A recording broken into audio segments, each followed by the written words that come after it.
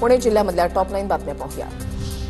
पुण्यामध्ये महापौर पदाचे आरक्षण सोडत रखडली। महापौर पदासाठी इच्छुक असणाऱ्यांना करावी लागणार प्रतीक्षा। महापौर निवडीसाठी किमान 15 दिवस लागणार। पुणे महापालिका निवडणुकीमध्ये पुण्यामधील मतदारांची नोटाला पसंती। एकूण झालेल्या मतदानापैकी 12% म्हणजेच 2,16,000 मतदारांनी नोटाला पसंती दिल्याचं स्पष्ट। नोटाचा वापर राजकीय पक्षांसाठी धोक्याची घंटा।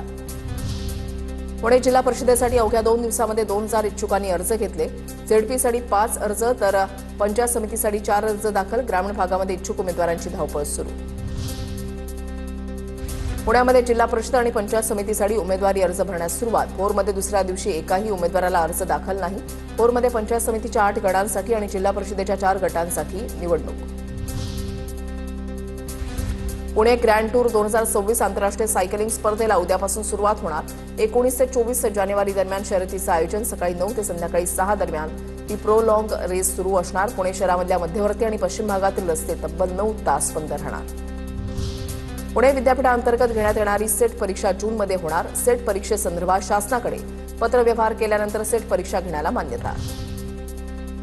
पुणे शहर परिसरामध्ये उन्हाचा पारा वाढला। किमान आणि कमाल तापमानामध्ये वाढ झाल्यानं थंडीचा जोर ओसरला। दुपारनंतर उन्हाचा पारा अधिक तीव्र।